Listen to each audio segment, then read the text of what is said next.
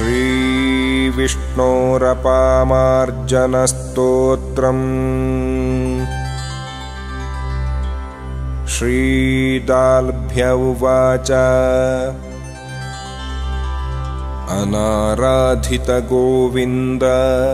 ये नरा दुःखभागिनः तेषां दुःखाभिभूतानां यत्कर्तव्यं दयालुभिः पश्यद्भिः सर्वभूतस्थं वासुदेवं सनातनं समदृष्टिभिरप्यत्र तन्मे ब्रूहि विशेषतः। श्रीपुलस्त्य उवाच तद्वक्ष्यामि मुनिश्रेष्ठसमाहितमनाः शृणु रोगदोषाशुभहरं विज्वरादिविनाशनं शिखायां श्रीधरं न्यस्य शिखाधः श्रीकरं तथा हृषिकेशं तु केशेषु मूर्ध्नि नारायणं परम् ऊर्ध्वश्रोत्रे न्यसेद्विष्णुं ललाटे जलशायिनं विभुं वै भ्रूयुगे न्यस्य भ्रूमध्ये हरिमेव च नरसिंहं नासिकाग्रे कर्णयोरर्णवेशयम् चक्षुषोः पुण्डरीकाक्षं तदधो भूधरन्यसेत् कपोलयोः कल्किनाथं वामनं कर्णमूलयोः शङ्खिनं शङ्खयोर्न्यस्य गोविन्दं वदने तथा मुकुन्दं दन्तपङ्क्तौ तु जिह्वायां वाक्पतिं तथा रामं हनौतु विन्यस्य कण्ठे वैकुण्ठमेव च बलग्नं बाहुमूलाधश्चांसयो कंसघातिनम् अजं भुजद्वयेन्यस्य शाङ्खपाणिं करद्वये सङ्कर्षणं कराङ्गुष्ठे गोपमङ्गुलिपङ्क्तिषु वक्षस्य धोक्षजं न्यस्य श्रीवत्सं तस्य मध्यतः स्तनयोस्त्वनिरुद्धं च दामोदरमथोदरे पद्मनाभं तथा नाभौ नाभ्यधश्चापि केशवम् मेढ्रे धराधरं देवं गुदे चैव गदाग्रजम् पीताम्बरधरं कट्याम् ऊरुयुग्मे मधोर्द्विषम् मुरद्विषं पिण्डकयोर्जानुयुग्मे जनार्दनम् फणीशं गुल्फयोर्न्यस्य क्रमयोश्च त्रिविक्रमम् पादाङ्गुष्ठे श्रीपतिञ्च पादाधो धरणीधरम् रोमकूपेषु सर्वेषु विश्वक्सेनं न्यसेद्बुधः मत्स्यं मांसेतु विन्यस्य कूर्मं मेदसि विन्यसेत् वाराहन्तु वसामध्ये सर्वास्थिषु तथाच्युतम् द्विजप्रियन्तु मज्जायां शुक्रे श्वेतपतिं तथा सर्वाङ्गे यज्ञपुरुषं परमात्मानमात्मनि एवं न्यासविधिं कृत्वा साक्षान्नारायणो भवेत् यावन्नव्याहरेत् किञ्चित् तावद्विष्णुमयस्थितः गृहीत्वा तु समूलाग्रान् कुशान् शुद्धान् समाहितः मार्जयेत् सर्वगात्राणि कुशाग्रैरिह शान्तिकृत् विष्णुभक्तो विशेषेण रोगग्रहविशार्दिते विषार्तानां रोगिणां च कुर्याच्छान्तिमिमां शुभां जायते तेन भो विप्र सर्वरोगप्रणाशनम् ॐ नमः परमार्थाय पुरुषाय महात्मने अरूपबहुरूपाय व्यापिने परमात्मने वाराहं नारसिंहं च वामनं च सुखप्रदम् ध्यात्वा कृत्वा नमो विष्णोर्नामान्यङ्गेषु विन्यसेत् निष्कल्मषाय शुद्धाय व्याधिपापहराय वै गोविन्दपद्मनाभाय वासुदेवाय भूभृते नमस्कृत्वा प्रवक्ष्यामि यत्तत्सिद्ध्यतु मे वचः त्रिविक्रमाय रामाय वैकुण्ठाय नराय च श्रीवाराह नृसिंहाय वामनाय महात्मने हयग्रीवाय शुभ्राय ऋषिकेश हराशुभम् परोपतापमहितं प्रमुक्तं चाभिचारिकम् गरस्पर्शमहारोगप्रयोगं जरया जर नमोऽस्तु वासुदेवाय नमः कृष्णाय खड्गिने नमः पुष्करनेत्राय केशवायादिचक्रिणे नमः किञ्जल्कवर्णाग्र्यपीठनिर्मलवाससे महादेववपुष्कन्धधृतचक्राय चक्रिणे दंष्ट्रोद्धृतक्षितितलत्रिमूर्तिपतये नमः महायज्ञवराहाय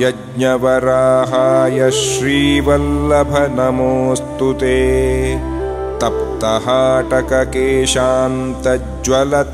तप्तहाटककेशान्तज्वलत्पावकलोचना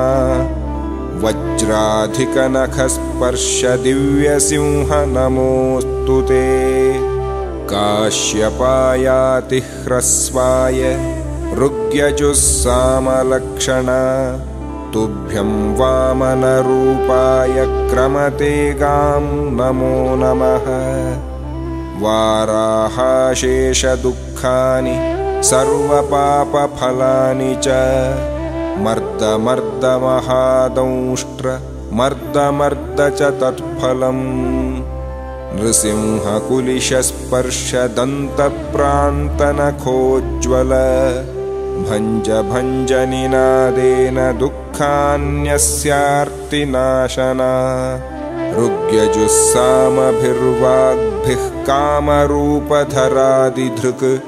प्रशमं सर्वदुःखानि नयत्वस्य जनार्दनः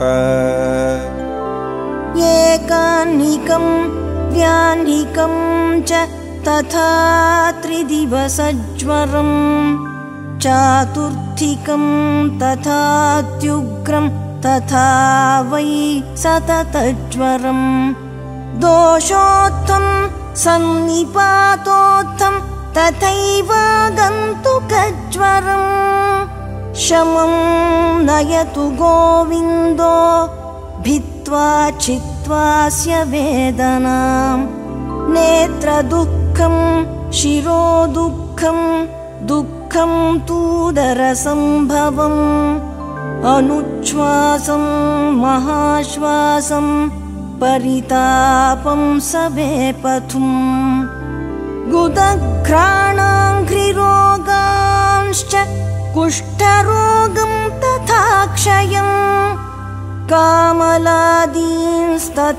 रोगान् प्रमेहादींश्च दारुणाम् ये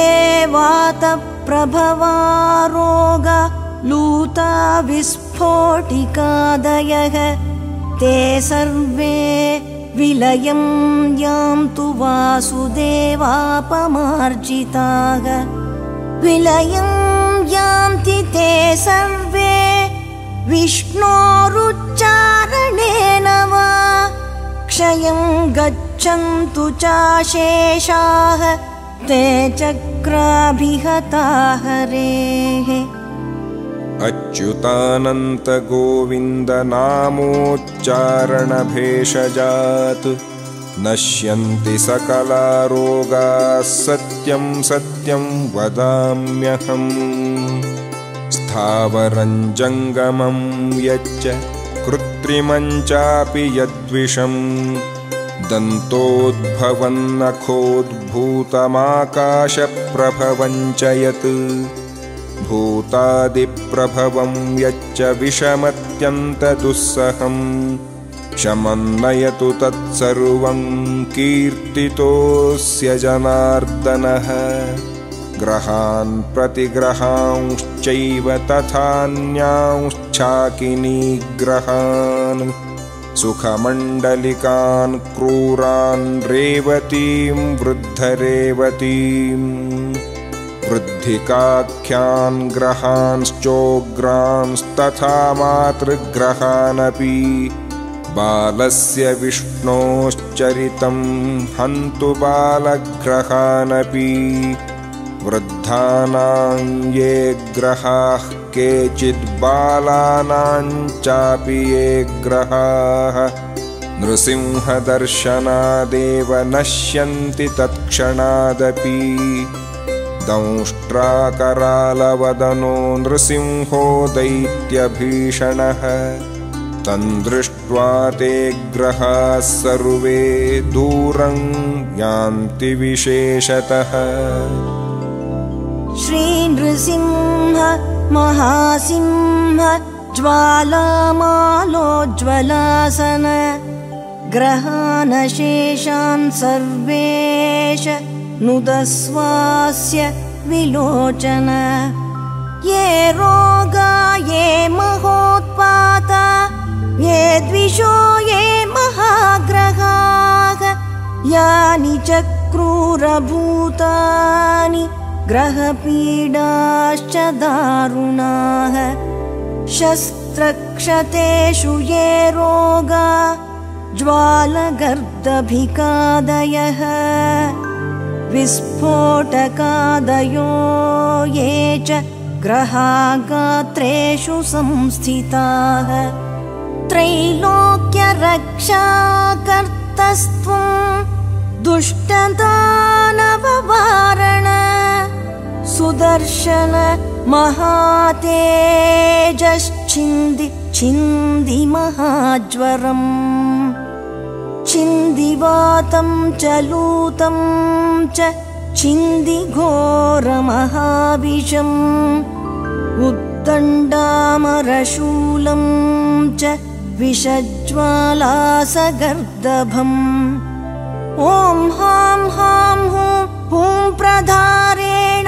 कुठारेण हनद्विषः ॐ नमो भगवते सुदर्शनाय दुःखदारणविग्रह यानि चान्यानि दुष्टानि प्राणिपीडाकराणि वै तानि सर्वाणि सर्वात्मा परमात्मा जनार्दनः किञ्चिद्रूपं समास्थाय वासुदेव नमोऽस्तु ते क्षिप्त्वा सुदर्शनं चक्रं ज्वालामाला विभीषणम् सर्वदुष्टोपशमनं कुरु देववराच्युत सुदर्शनमहाचक्र गोविन्दस्य वरायुध तीक्ष्णधारमहावेगसूर्यकोटिसमद्युते सुदर्शनमहाज्वालछिन्दिभिन्दिमहारव सर्वदुःखानि रक्षांसि पापानि च विभीषण दुरितं हन चारोग्यं कुरु त्वं भो सुदर्शन प्राच्यां चैव प्रतीच्यां च दक्षिणोत्तरतस्तथा रक्षां करोतु विश्वात्मा नरसिंहस्वगर्जितैः भूम्यन्तरिक्षे च तथा पृष्ठतः पार्श्वतोऽग्रतः रक्षां करोतु भगवान् बहुरूपी जनार्दनः यथा विष्णुमयं सर्वं सदेवासुरमानुषं तेन सत्येन सकलं दुःखमस्य प्रणश्यतु यथा योगीश्वरो विष्णु